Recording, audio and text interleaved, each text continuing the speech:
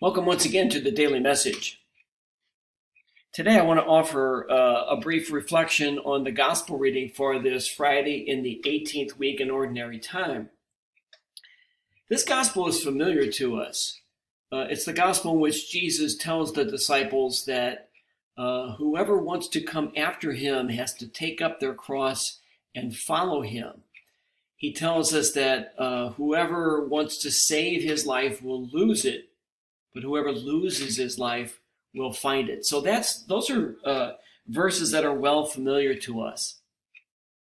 What I want to focus on today for just a moment is the last sentence in today's gospel reading, where Jesus says, "Amen, I say to you, there are some standing here who will not taste death until they see the Son of Man coming in his kingdom."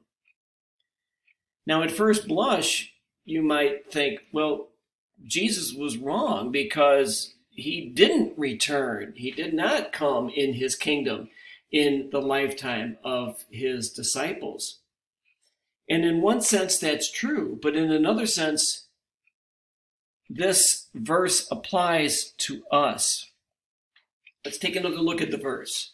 There are some standing here who will not taste death until they see the Son of Man coming in his kingdom. The way I take this is that we who are alive now can make the world, can make those people around us see the Son of Man coming in his kingdom. Now, maybe not from the clouds up in the sky, but we can help the world see the Son of Man coming in his kingdom by the way we treat one another.